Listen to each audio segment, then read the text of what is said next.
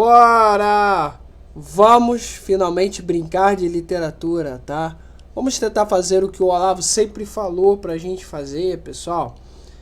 A literatura, ele sempre falava que a gente precisa ter uma linguagem, né? Ou um mito fundador que poderíamos fazer no cenário brasileiro, essa falta de cultura que a gente vive, né? Onde os esquerdistas dominaram as universidades, depois dominaram a mídia, e foram dominando a área jurídica, educacional e tal, piriri pororó, né? Então, vamos fazer aquela coisa que o Olavo fazia, né? Falava, no caso. Nada que não esteja no seu país ou na sua cultura, que não esteja na política do seu país, que não esteja na sua literatura primeiro. Então, eu pedir pro chat GPT fazer uma obra, tá bom? Sobre isso. E aí a capinha dela bonitinha aí, ó, embaixo, tá? Então vambora, pau no gato, tá? E aí ele falou, vamos fazer esse teste sim, vamos montar uma cena inicial. Pedi para ele montar 2 páginas, mais ou menos criando um personagem fictício que encarne esse espírito. Um homem de direita, pedi para ele criar um homem de direita, no cenário urbano caótico, cercado pela hegemonia cultural do lumpen proletariado, né? E vocês já vão entender o que é. E institucional, cultural e institucional, que ele se sente como sufocante, se sente sufocado. Então esse texto vai misturar descrição, densidade simbólica e aquela pegada meio mito fundador que você mencionou. Lembrando que o Olavo dizia sobre literatura como raiz da cultura. Então vamos embora. Trecho literário, vamos embora. Vamos citar, vamos ver se vai ficar maneiro, tá? Aqui o canal é um laboratório, tá, pessoal? E eu tento botar em prática as coisas que o Olavo falou, porque eu sempre acho que é importante. E todo mundo acha. Assim, todo mundo que tem bom senso, com certeza vai achar também, tá? Ele caminhava pela cidade como quem atravessa um campo minado. Não eram explosivos enterrados, mas palavras. Slogans pregados nos muros, cartazes com rostos sorridentes que escondiam engrenagens, manchetes que repetiam, sempre iguais, o mesmo refrão. Progresso, diversidade, inclusão. Uma língua estranha que se tornara obrigatória, quase uma senha para respirar. Henrique sabia que estava dentro de um labirinto. Não de pedra, mas de instituições, tribunais, universidades, conselhos e comissões. Cada porta se abria apenas para os que aceitavam a liturgia da nova fé. A vida antes simples transformara num permanente tribunal inquisitorial, e ele, sem cargo, sem título, sem diploma prestigioso, sentia-se como um réu invisível, mas sempre vigiado. Os novos santos não eram mártires da igreja, mas categorias. O preso exaltado como herói, a prostituta convertida em musa, o drogado celebrado como rebelde libertário, o mendigo elevado à condição de profeta urbano, o louco entronizado como vidente. Cada desajustado se tornava um estandarte. Não era compaixão. Henrique sabia, era estratégia. Cada figura marginal era mais uma peça na engrenagem que triturava o que restava de ordem, família e de patriotismo também. Ele recordava o que ouvira de um velho filósofo que já não estará mais vivo. Quem seria? Que nenhuma revolução triunfa pela política sem antes dominar a cultura. Agora sentia isso na carne. A política era apenas reflexo de uma engenharia muito mais profunda. Quem dominava a imaginação, dominava o futuro. Henrique, esse homem aí, era um homem comum, mas trazia uma inquietação antiga. Algo nele recusava se ajoelhar. Talvez fosse apenas teimosia, talvez fosse fé, talvez apenas memória. Lembrança de quando ainda se podia falar sem medo, de quando as palavras não vinham etiquetadas com advertências. Ele atravessava a praça central e via jovens repetindo palavras de ordem como mantras. Não tinha brilho nos olhos, apenas convicção treinada. Via também os velhos já resignados, aprendendo a baixar o tom e calar-se, a rir-se do que antes seria blasfêmia. O silêncio se tornara uma forma de sobrevivência. Henrique, porém, carregava no bolso um caderno pequeno. Ali escrevia frases soltas, reflexões, metáforas, um grito abafado, mas que um dia talvez poderia se transformar em chama. Sabia que não venceria sozinho, ninguém vence sozinho, mas acreditava que a resistência começava na imaginação, e a imaginação se alimentava de palavras. Era preciso criar um mito, não mito no sentido de fábula vazia, mas mito como raiz, como narrativa que desse chão e sentido. Os outros tinham seus mitos, a revolução, o progresso inevitável, o homem novo. O que restava aos que ainda acreditavam na verdade, na dignidade e na transcendência. Henrique caminhava sabendo que sua missão não seria empunhar armas, nem disputar tribunais.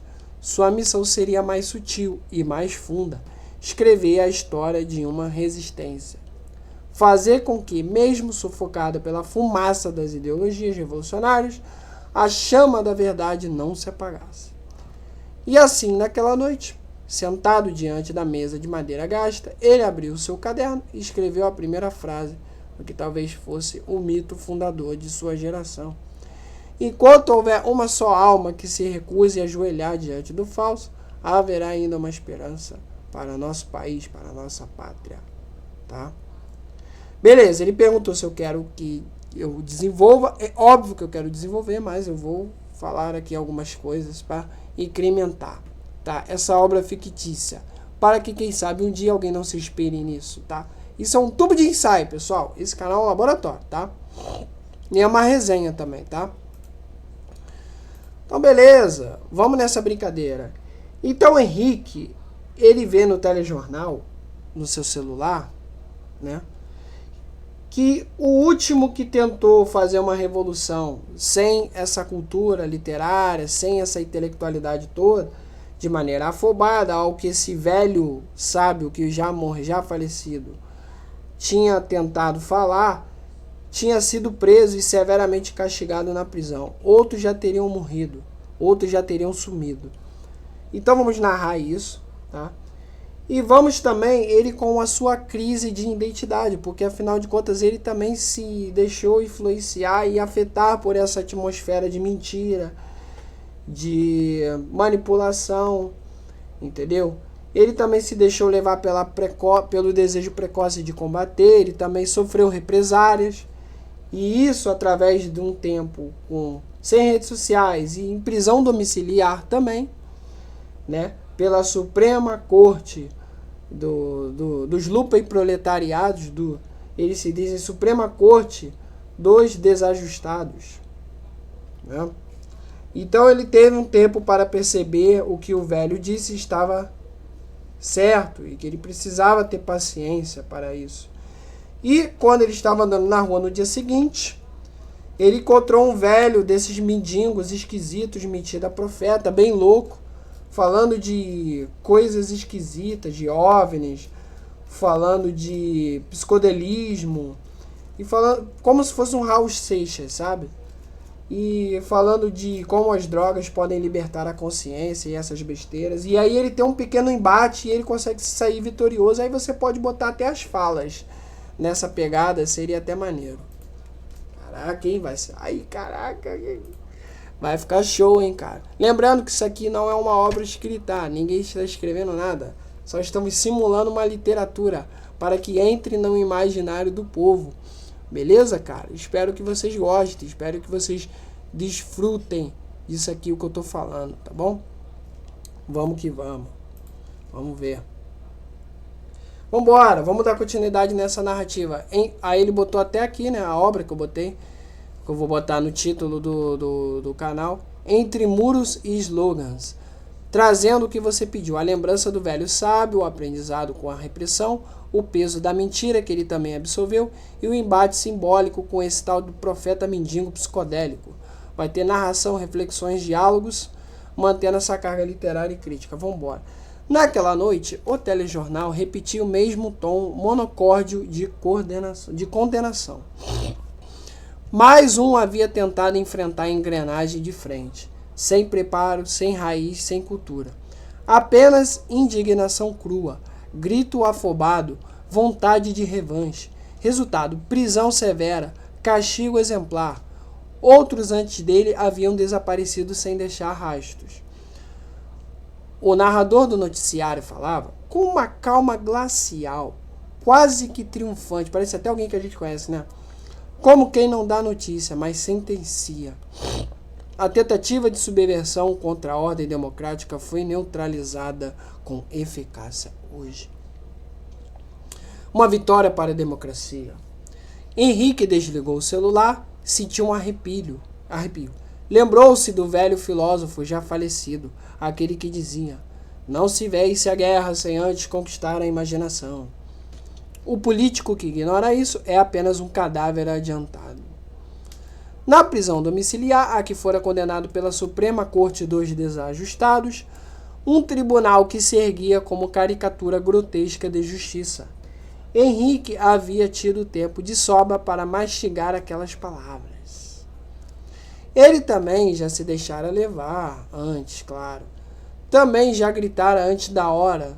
Também já acreditara que coragem bastava. E pagara o preço, silêncio forçado, isolamento, vigilância, um tempo sem redes e sem voz. Na manhã seguinte, saiu à rua carregando o peso dessa memória. Foi então que na esquina encontrou uma figura desgrenhada, um mendigo de barba desgrudada, olhos saltados, falando alto como se pregasse para um auditório invisível. Era um desses falsos profetas urbanos, fabricados e celebrados como símbolo da nova fé. Acorda, irmão! Gritava o homem erguendo os braços. O sistema te controla, mas a consciência pode voar. Os OVNIs estão chegando, as drogas libertam a alma, a loucura é a verdadeira insanidade. Henrique parou, olhou em volta, algumas pessoas riram, obviamente, outras aplaudiram como se fosse um espetáculo. O mendigo apontou para ele diretamente. Você, careta! Você acredita em ordem, em Deus, em família?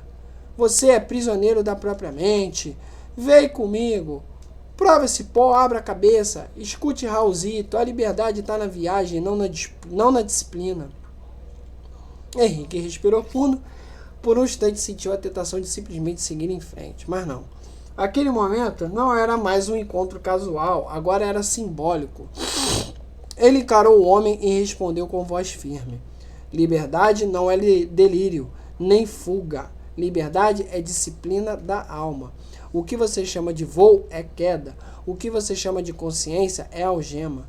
Vocês vendem loucura como sabedoria, mas não passam de pregadores da servidão. E o mendigo começou a rir debochado e ainda replicou. Servidão é se ajoelhar diante das regras. Eu sou livre e não sigo nenhuma com muito orgulho. Henrique avançou a um passo com olhos fixos no doido. Não, você é escravo do vício, escravo do impulso, escravo da mentira que te alimenta. Eu já fui como você, acreditando em gritos, em pressa, em revanche. Aprendi do pior jeito, que só vence quem resiste ao tempo. A paciência é a arma que vocês nunca terão.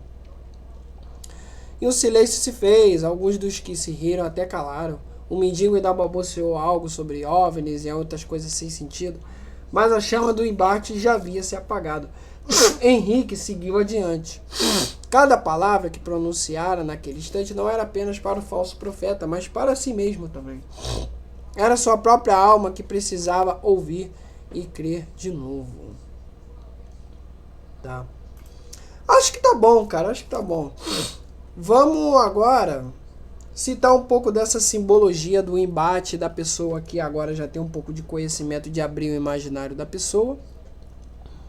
Diante da loucura, diante de um bom exemplo dos desajustados do Lumpen proletariado, né?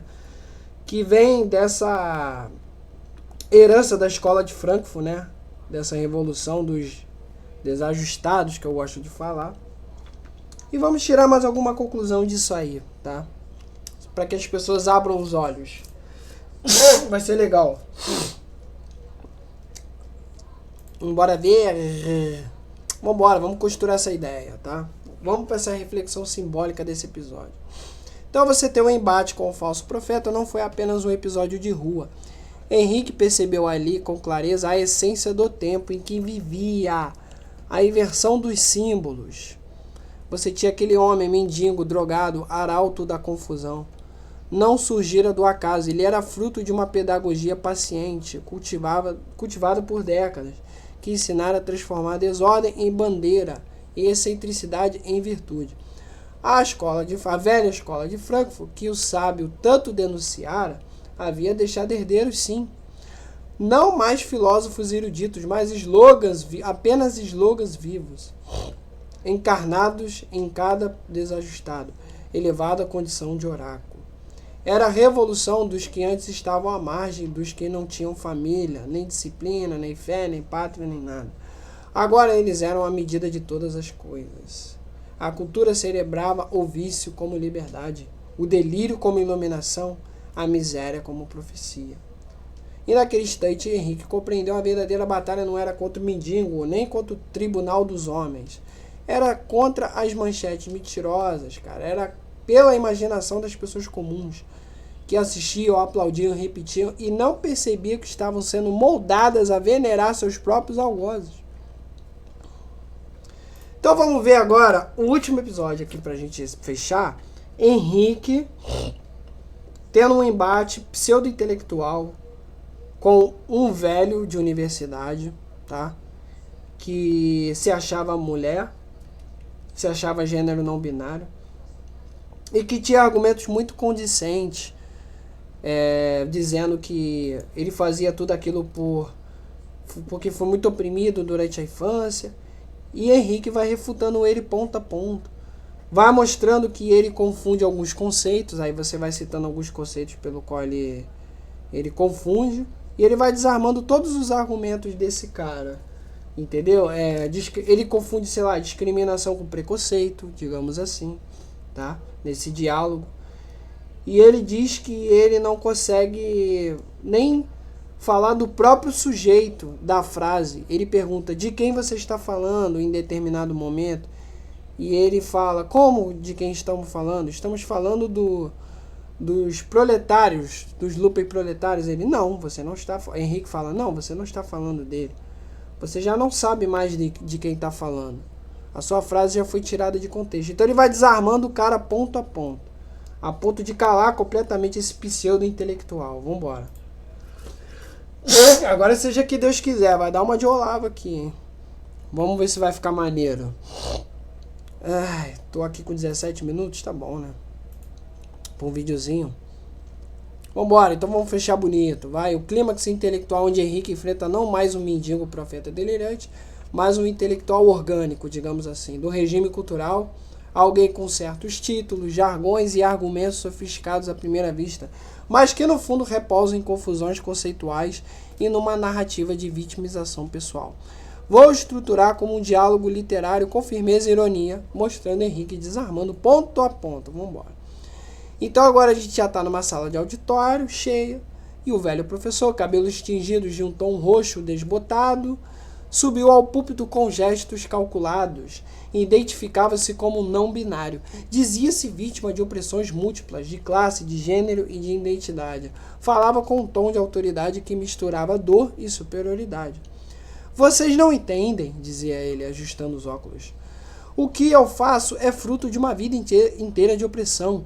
Eu fui discriminado desde criança, perseguido por quem eu sou.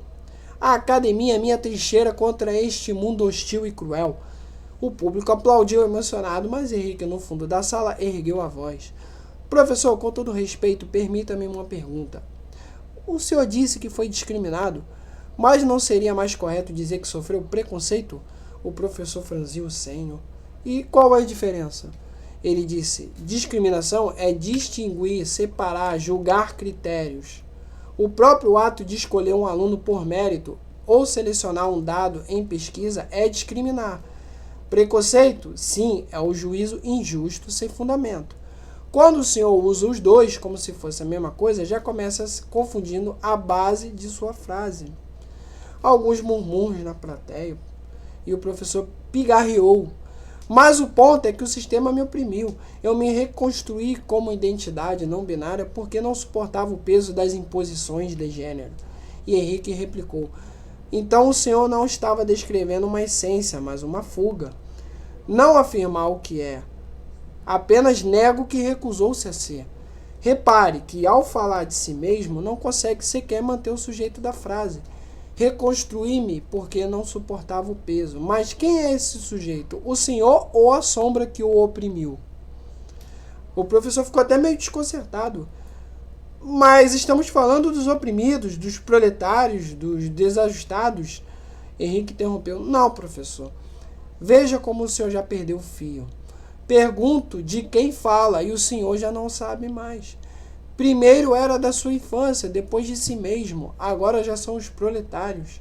A frase escapou do senhor, tornou-se um fantasma. Essa é a prova de que seu discurso não descreve a realidade, mas um reflexo de slogans. E silêncio no auditório pairou e reinou. E Henrique prosseguiu firme. E aqui está o problema. Não se constrói verdade com confusões semânticas. O senhor confunde discriminação com preconceito, essência com identidade, sujeito com objeto, dor pessoal com teoria universal. Cada uma dessas confusões gera apenas ruído. O senhor não explicou nada, apenas repetiu etiquetas. Enquanto eu lhe pergunto de quem estamos falando, o senhor já não consegue mais responder. O cara até tentava abrir a boca, mas nada, nenhuma palavra saiu. O auditório, antes vibrante, mergulhou num desconforto pesado. Henrique concluiu. Não existe liberdade na mentira. Não existe ciência sem sujeito. E não existe justiça aonde os conceitos se dissolvem em slogans. É por isso que essa revolução dos desajustados, que o senhor chama, nunca poderá fundar nada além de ruína. E aí o cara não tinha resposta e o silêncio se prolongou. Cara, eu gostei muito disso aqui, ó. Que ele falou, ó. O senhor confunde discriminação com preconceito, essência com identidade. A inteligência artificial foi até além, ó. Sujeito com objeto. Essência com identidade. Mas é isso mesmo que eles fazem, cara. Tá de parabéns. Agora vamos esclarecer o que é sujeito e objeto. O que é uma essência, uma identidade, o que é uma discriminação e um preconceito, e o que é uma dor pessoal com uma teoria universal. Só para fechar, pessoal. Só para vocês verem. Vamos embora. Eita, tá demorando aqui para pensar um pouco. Então vamos embora, bora deixar isso claro. Sujeito é aquele que age, pessoal, que realiza a ação. Quem fala ou quem pensa. Aí ele dá exemplo. João lê livro, João é o sujeito. Objeto é aquilo pelo qual recai a ação, é o alvo do sujeito. Ou seja, é o livro, o objeto. E as pessoas confundem mesmo isso, né, cara? Quem faz o quê? Entendeu? E essência e identidade. Essência é aquilo que é uma coisa em si, da sua própria natureza, aquilo que não muda. A água tem hidrogênio e oxigênio. A essência do homem é ser racional e livre. Vamos ver se isso aqui ficou meio claro, né? Identidade é a forma como o sujeito se reconhece, se nomeia, se apresenta. Pode mudar, pode ser escolhida, pode ser construída. Hoje a gente não sabe mesmo quem somos nós, cara. A gente acha que somos nós. Toda hora estamos tentando construir a nossa própria identidade baseada em coisas falsas. Principalmente slogans de esquerda, não é verdade? E aí ele fala, né? Minha identidade é X, está afirmando um rótulo mutável. Mas quando confunde isso com a essência, dá a entender que o rótulo é imutável, absoluto. E discriminação é o ato de distinguir, separar e fazer diferença das coisas. Pode ser neutro ou positivo. Vamos dizer que o professor discriminou os bons alunos dos ruins, entendeu? E o preconceito é juízo negativo feito antes do conhecimento, o preconceito, baseado em ignorância. É o que a esquerda faz de direitistas, por exemplo. Tá? E dor pessoal é a experiência íntima subjetiva que só pertence a quem sofreu. Aquele negócio do copo meio cheio, copo vazio. Pessoas que experimentam situações iguais, mas de jeitos diferentes. E a teoria universal, cara, que é uma explicação válida para todos, construída com base não só em lógica, mas observação e coerência. E experiência também. Tá bom? Pessoal, eu espero que vocês tenham gostado desse primeiro episódio do Brincando com Literatura. Foi bastante revelador, né? Eu vou fazer mais e mais e muito mais, tá? É uma série que eu pretendo prolongar por bastante tempo. Beleza? Então, se você gostou desse conteúdo, deixe o seu like, pode compartilhar, pode comentar, desde que seja educado. Um muito obrigado a vocês e até o próximo conteúdo. Valeu, você está no canal Resenhada.